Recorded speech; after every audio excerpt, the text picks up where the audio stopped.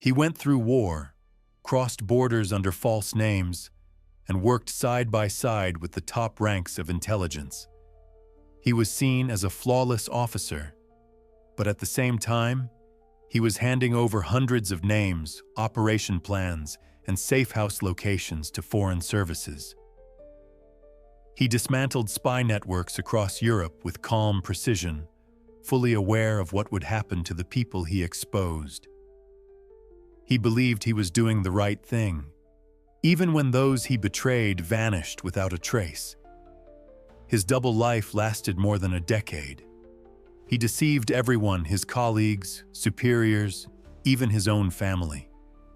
And when the truth came out, he escaped from a high-security prison and disappeared. What happened to him in captivity that made him switch sides forever? Why was he welcomed back with honors, and who needed him free so badly that they risked an international scandal? Don't forget to like, leave a comment, and subscribe. You are not here by accident. Rotterdam, 1922. The Netherlands stood as a crossroads of cultures, languages bleeding into one another. Here, a child was born who would embody this fluidity of identity, this ability to slip between worlds without fully belonging to any. His father carried scars that spoke of distant battlefields. Deep gashes across his face told stories of flying shrapnel, while damaged lungs whispered of poison gas and forgotten trenches. The boy grew up listening to tales of the French Foreign Legion, of service in armies that fought for causes both noble and questionable. When his father's business crumbled in the Wall Street catastrophe of 1929, the family's comfortable world dissolved. But it was his father's passing in '36 that delivered the most profound shock. The revelation of Jewish heritage, carefully hidden for years, suddenly cast everything in a different light. Questions multiplied in the mind of a grieving teenager. If his own father could maintain such a fundamental deception, what other truths might be negotiable? What other identities might be worn like masks? His wealthy aunt in Egypt offered refuge, and with it, exposure to ideas that would prove far more dangerous than any weapon. In Cairo, he encountered his cousin Henry Curiel, a charismatic figure who spoke of revolution with the fervor of a prophet. Curiel's words painted pictures of a world remade, where justice would flow freely. These conversations in the shadow of the pyramids would echo for decades. The teenager absorbed these radical philosophies, storing them deep within himself. He wouldn't recognize their full power until much later, when circumstances would unlock their potential. But for now, he remained torn between his mother's Protestant faith and these new, intoxicating visions of social transformation. The boy who dreamed of becoming a pastor was slowly, unknowingly, preparing for a very different kind of conversion. When the German war machine rolled across Europe in May 1940, Rotterdam burned. The young man cycled away from the devastated old city, smoke and ash filling his lungs. This was his first taste of how quickly certainties could crumble. His family had fled to England, but he chose differently. Why did he remain when safety beckoned across the channel? Perhaps it was pride, or perhaps something deeper. A need to prove himself worthy of the complicated legacy his father had left behind. The Dutch resistance welcomed him as a courier, and he discovered an aptitude for moving through dangerous spaces undetected. For nearly 2 years, he carried underground papers and intelligence through patrols, learning the delicate art of deception. His escape from occupied Netherlands reads like adventure fiction, but the reality was far grimmer. Crossing borders with 2 young women, talking their way past German soldiers, traversing occupied France on foot. Each checkpoint was a test of nerves, each document inspection a potential end to everything.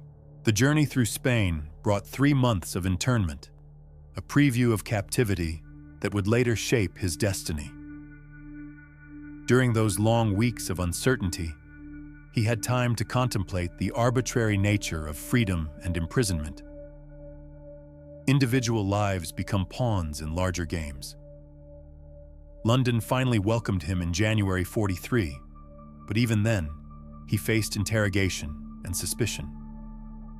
The Royal Victoria Patriotic School subjected him to security screening, probing for weaknesses or divided loyalties. He passed these tests, but the questions planted seeds of doubt about the nature of trust itself. His entry into naval intelligence, then recruitment by the Special Operations Executive, seemed like natural progressions. Here was a young man who had proven himself under fire, who spoke multiple languages fluently, who understood the rhythms of underground warfare. But underneath these qualifications lay something else, a growing awareness that identities could be adopted and discarded, that allegiances might be more fluid than others assumed. The war was teaching him that survival often required becoming someone else entirely. Seoul, November 48. The Korean peninsula balanced on the edge of catastrophe, divided by ideologies as sharp as razor wire. Into this volatile landscape stepped a young intelligence officer, ostensibly a vice-consul, but actually something far more dangerous. His mission seemed straightforward. Establish agent networks. Gather intelligence on communist activities, report back to London. But Korea had a way of complicating simple plans, of revealing uncomfortable truths to those willing to see them. The American-backed regime in the South disturbed him deeply. Their methods reminded him too much of the authoritarianism he had fought against in occupied Europe. Was this truly the freedom he had risked his life to defend? When North Korean forces swept across the 38th parallel on June 25, 50, everything changed. The young officer found himself a prisoner, beginning a journey that would transform not just his location, but his fundamental understanding of the world. The march north was brutal, but it was what he witnessed along the way that proved truly devastating. American B-29 superfortresses rained destruction on North Korean cities with a thoroughness that shocked him. Villages disappeared under cascades of incendiary bombs. Civilians fled in terror from weapons that seemed designed to erase entire populations. How did this differ from the destruction he had once escaped in Rotterdam? The question haunted his nights and poisoned his days. In the prison camp, books arrived from an unexpected source. The East German Stasi had sent works by Karl Marx and Vladimir Lenin. The prisoner read voraciously, finding in these pages explanations for everything he had witnessed. Perhaps this was the answer. Perhaps the materialist pursuit of profit and power truly was the root of human suffering. Perhaps a different system could create the just world his cousin in Cairo had envisioned decades earlier. The decision came gradually, then all at once. In the autumn of 51, he wrote a note in Russian and handed it to his captors. The message was simple. He had important information to share with the Soviet embassy.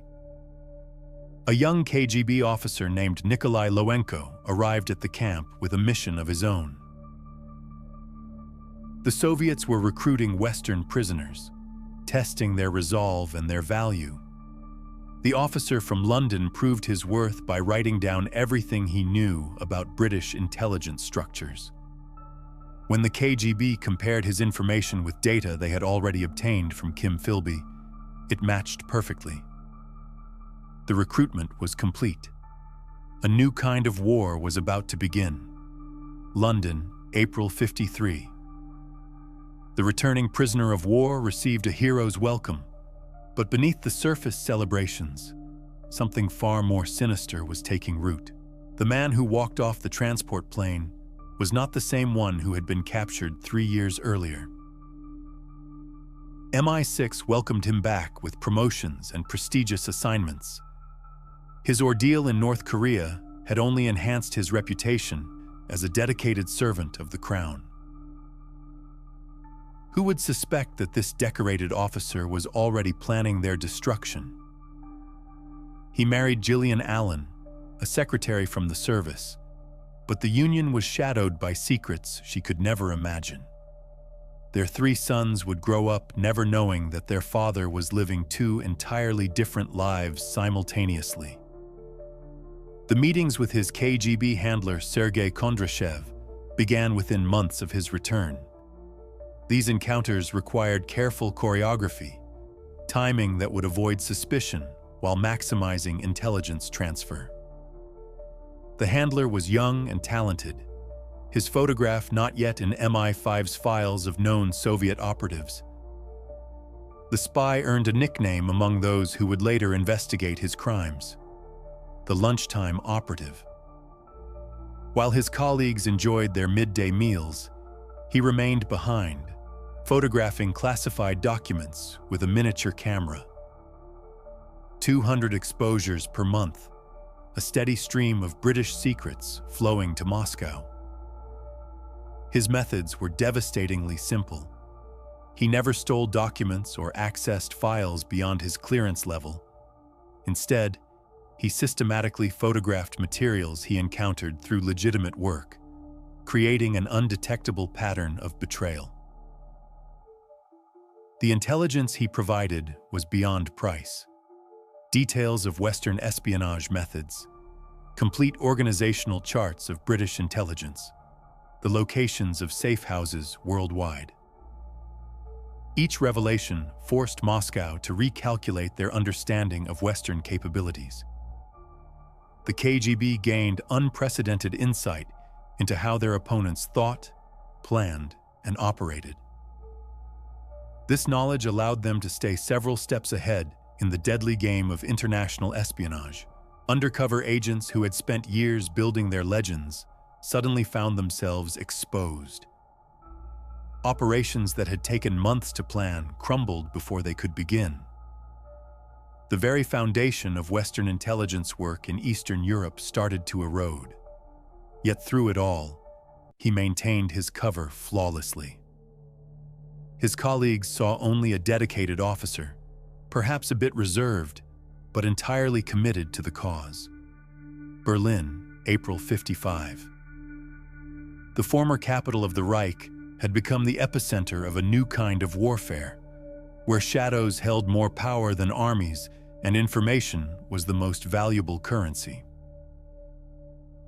His assignment to Berlin Station placed him at the very heart of Cold War operations. Based in offices attached to what had once been the Olympic Stadium, he was tasked with recruiting Soviet double agents.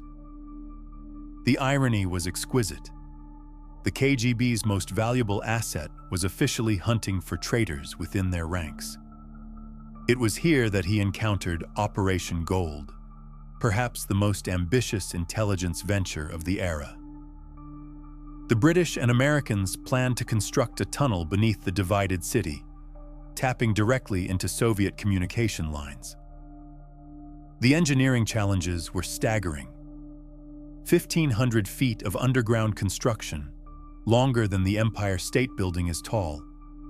The technical complexity required coordination between multiple agencies and cost over $6 million. During the planning meeting, he sat quietly taking notes, just another dedicated officer ensuring accurate records. But among those notes was a detailed sketch of the proposed tunnel, along with complete technical specifications. His KGB handler received these documents within days. The Soviets now possessed complete knowledge of the operation before construction had even begun. But they faced a delicate dilemma: how to use this information without exposing their source. The solution demonstrated remarkable strategic patience. Rather than immediately stopping the construction, Moscow allowed the operation to proceed. The tunnel was more valuable as a known quantity than as a prevented threat. For 11 months, Western intelligence celebrated their breakthrough in intercepting Soviet communications. Processing centers in London and Washington worked around the clock, transcribing hundreds of thousands of conversations and messages. What they didn't realize was that the Soviets were carefully controlling what information flowed through those lines. The tunnel had become a sophisticated disinformation operation, feeding the West exactly what Moscow wanted them to hear. When the Soviets finally staged the tunnel's discovery in April '56, they extracted maximum propaganda value. Press conferences denounced the operation as a violation of international law. Meanwhile, as quickly as Western intelligence recruited new agents in East Germany, they disappeared. The KGB rounded them up with precision that suggested inside knowledge. Careers ended, lives vanished, and still no one suspected the truth. Bern, Switzerland, early '58. The American embassy received an unusual delivery: a letter containing another sealed envelope addressed to FBI Director J. Edgar Hoover. The signature read, "Heckenschütze, the sniper." This mysterious correspondent began revealing Soviet secrets with startling accuracy. Initial skepticism gave way to amazement as intelligence proved genuine time after time. But among the revelations was one that sent shockwaves through Western intelligence. There was definitely a mole inside MI-6. The sniper provided lists of Soviet agents operating in Britain, America, and Israel. More disturbing was a roster of Polish officials targeted for possible recruitment. Where had the KGB obtained such detailed information about Western intelligence priorities? MI-6 initially resisted the implications. Perhaps the documents had been obtained through a burglary, they suggested. Maybe a safe in Brussels had been compromised. Anything but the possibility of internal betrayal. But as more intelligence flowed from this Polish source, the pattern became undeniable. Someone with high-level access was systematically feeding information to Moscow. The question was no longer whether a mole existed, but who it might be. 10 officers had access to the compromised documents. All 10 underwent intensive investigation. All 10 were cleared. The methodical probe found no evidence of wrongdoing, yet the leaks continued. By this time, the suspected officer had returned from Berlin to London, continuing his steady transfer of secrets to his KGB handler. If he knew about the investigation, he showed no signs of concern. His performance remained exemplary, his dedication apparent to all. The sniper eventually defected, bringing with him detailed testimony about Soviet intelligence operations. His real name was Mikhail Golenievsky, but still, he had never explicitly named the mole. Western intelligence found themselves in an impossible position. They knew betrayal was occurring, but couldn't identify the betrayer. Meanwhile, lives continued to be lost. Agents vanished behind the Iron Curtain with clockwork regularity. Beirut, April '61. The message arrived with bureaucratic simplicity. Return to London for routine interviews regarding your next assignment, but somehow, the officer knew this was different. 3 years of investigation had been closing the circle, and now the trap was ready to spring. Before leaving Lebanon, He met one final time with his Soviet handler on a deserted beach. The conversation was brief but crucial. "London doesn't suspect anything," the KGB officer assured him. "Return as planned. Continue your work, but trust in intelligence work is a fragile commodity," and doubt had been growing. The flight to London felt longer than usual, each mile carrying him closer to a confrontation he had hoped might never come. The interview room at MI-6 headquarters in St. James Park was unremarkable, but the faces around the table were not. Stern expressions, careful questions, and a growing pile of evidence suggested this was no routine meeting. For 48 hours, they hammered at him with facts, accusations, and carefully constructed logical traps. His responses were measured, denying everything while maintaining the confused innocence of a wrongly accused patriot. The interrogation seemed to be failing. Despite mounting evidence, he continued to deflect and deny. His composure under pressure was remarkable, suggesting years of preparation for exactly this moment. But every defense has its weakness, and his interrogators eventually found it. When they suggested he had been brainwashed or tortured into cooperation while a prisoner in Korea, his response was immediate and passionate. "No," he declared. His decision to work with the Soviets had been entirely voluntary, based on personal conviction and philosophical alignment. The words left his mouth before he could consider their implications. The room fell silent. After years of investigation, months of careful questioning, and hours of denial, he had just confessed to everything. The game was finally over. What followed was a complete capitulation. Once the initial barrier was broken, details flowed freely. The scope of his betrayal was staggering, far exceeding their worst fears. Nearly 400 Western agents compromised. Complete organizational charts of British intelligence shared with Moscow. Operations worth millions of dollars destroyed before they could begin. The damage assessment would take years to complete. Old Bailey, May 61. The most secure courtroom in Britain prepared to host one of the most damaging espionage trials in the nation's history. But much of the proceedings would occur behind closed doors, shielding both secrets and embarrassment from public view. 5 separate charges under the Official Secrets Act, each carrying a maximum sentence of 14 years. The prosecution painted a picture of systematic betrayal spanning nearly a decade of service. His guilty pleas on all counts surprised no one, but the sentence stunned everyone.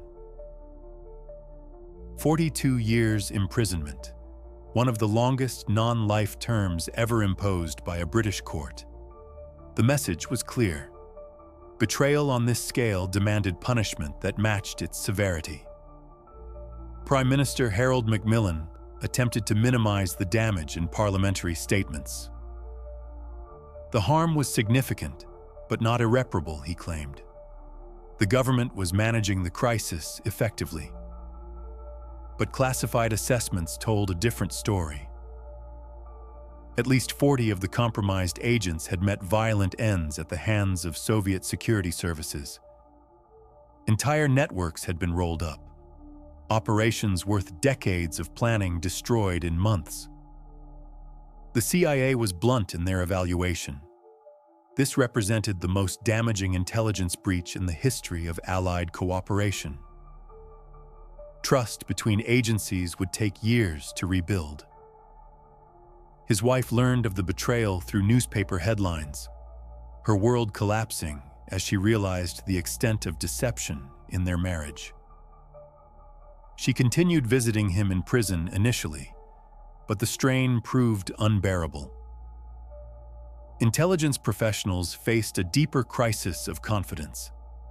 If background checks, security clearances, and careful monitoring could fail so completely, how could they trust anyone? The paranoia would persist for decades.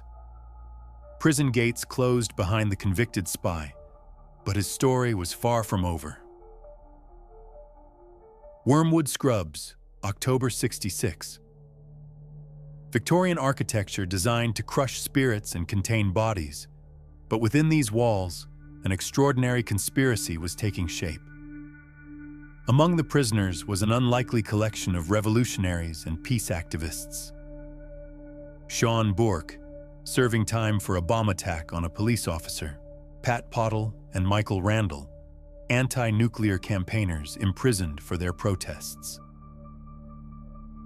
These men shared something beyond their criminal records, a belief that the 42-year sentence was fundamentally unjust. Whatever his crimes, they argued, no one deserved to die in prison for following their conscience. Planning began immediately after Bourke's release. A two-way radio was smuggled into the prison, allowing coordination between inside and outside conspirators. Money was raised for vehicles and safe houses. The date was set, October 22, 66.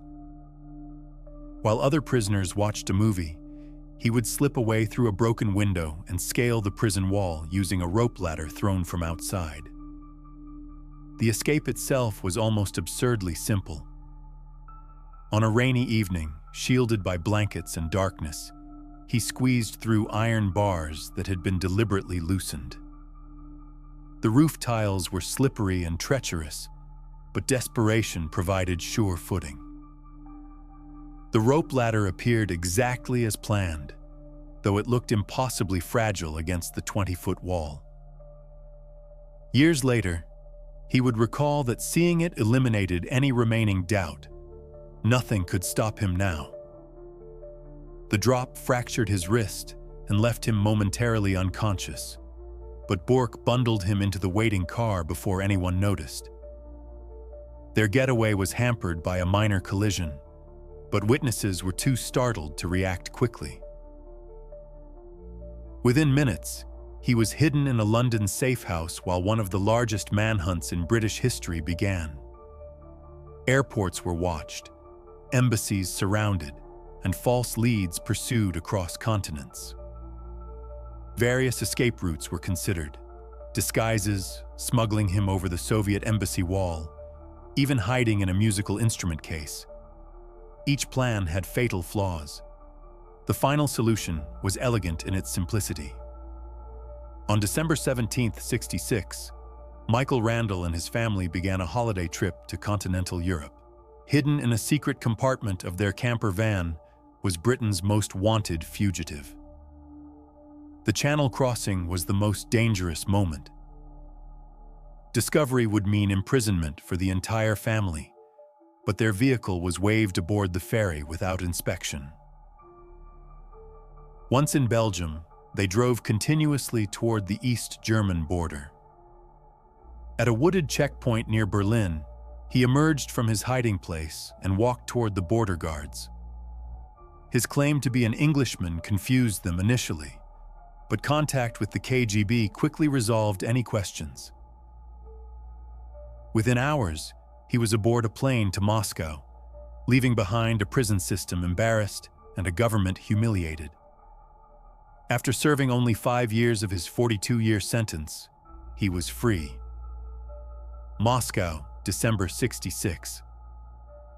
Snow fell softly on Red Square as another Cold War refugee found sanctuary in the heart of the Soviet Empire. But was this freedom or simply a more comfortable form of imprisonment? The KGB welcomed him as a hero, living proof that Western intelligence could be penetrated and defeated. His apartment was spacious, his pension generous, his status secure. Yet something indefinable was missing. Separation from his 3 sons created a wound that would never fully heal. Letters were possible but carefully monitored. Visits were impossible given the political realities. He had gained ideological satisfaction but lost human connection. In '68, he married Ida Mikhailovna Kareva and found some measure of personal happiness. Their child represented hope for a normal life, but normalcy was an elusive concept for someone living in exile. His autobiography, published in '90 as No Other Choice, attempted to justify his actions through historical determinism. The title suggested he had been swept along by forces beyond his control. Interviews during the '90s revealed a man still convinced of his righteousness. Communism remained a great experiment of mankind, despite evidence of its failures. Stalin's crimes were acknowledged, but dismissed as unfortunate excesses. The most chilling aspect of his later statements was their moral detachment. The agents he had betrayed were no better nor worse than I am, he claimed. Their fate was simply part of the intelligence world, as if human lives were merely pieces in an abstract game. When asked about forgiveness, he displayed remarkable magnanimity toward those who had exposed him. If the man who turned me in came to my house today, I'd invite him to sit down and have a cup of tea. Vladimir Putin awarded him the Order of Friendship in 2007, recognizing his contribution to Soviet security. At age 85, nearly blind but mentally sharp, he accepted the honor with quiet satisfaction. His assertion that to betray you first have to belong, I never belonged, encapsulated a lifetime of rationalization. Citizenship, family, and professional bonds were dismissed as mere legal technicalities compared to ideological commitment. Sean Burke joined him in Moscow, but found life in Russia unsuitable. After 18 months, he returned to Ireland, where the government refused British extradition requests on political grounds. Pat Pottle and Michael Randall were eventually prosecuted in '91 for aiding the escape. Their trial became a forum for debating justice and conscience. Despite judicial direction to convict, the jury unanimously acquitted them. Moscow, December 26, 2020. At age 98, the last great spy of the Cold War era drew his final breath in the city that had been his sanctuary for more than half a century. The Russian Foreign Intelligence Service hailed him as a brilliant professional of special courage and determination. President Putin expressed deep condolences, praising his contribution to strategic parity during the Cold War and maintaining peace on the planet. Western responses were notably more restrained. The British government issued no official statement, though intelligence professionals privately acknowledged the end of an era. The funeral at Moscow's Troyekurovskoye Cemetery was a simple affair attended by family, friends, and former KGB colleagues. As winter wind swept across the graves, there was a sense that more than one man was being buried. But what legacy did he leave beyond intelligence techniques and operational security? His story raises fundamental questions about loyalty, conviction, and the price of absolute belief in any cause. The nearly 400 agents he compromised represent more than statistics. Each was a human being with family, dreams, and fears. Their fates were sealed not by enemy action, but by the calculated betrayal of someone they trusted. Could his actions ever be morally justified? He believed so until his final breath, maintaining that his victims were not innocent people, and that the intelligence world operates by different rules than normal society. His story serves as a warning about the seductive power of ideology when divorced from human empathy. The boy who once dreamed of becoming a pastor ended up serving a very different kind of faith, one that demanded everything while promising salvation. In the end, the question is not whether his choices were historically inevitable as he claimed, but whether they were morally defensible. History will judge not just his effectiveness as a spy, but his failure as a human being. The snow continues to fall on his grave in Moscow, covering the final resting place of a man who spent his life in the shadows between nations and loyalties. His story reminds us that the most dangerous enemies are often those who believe most fervently in their own righteousness.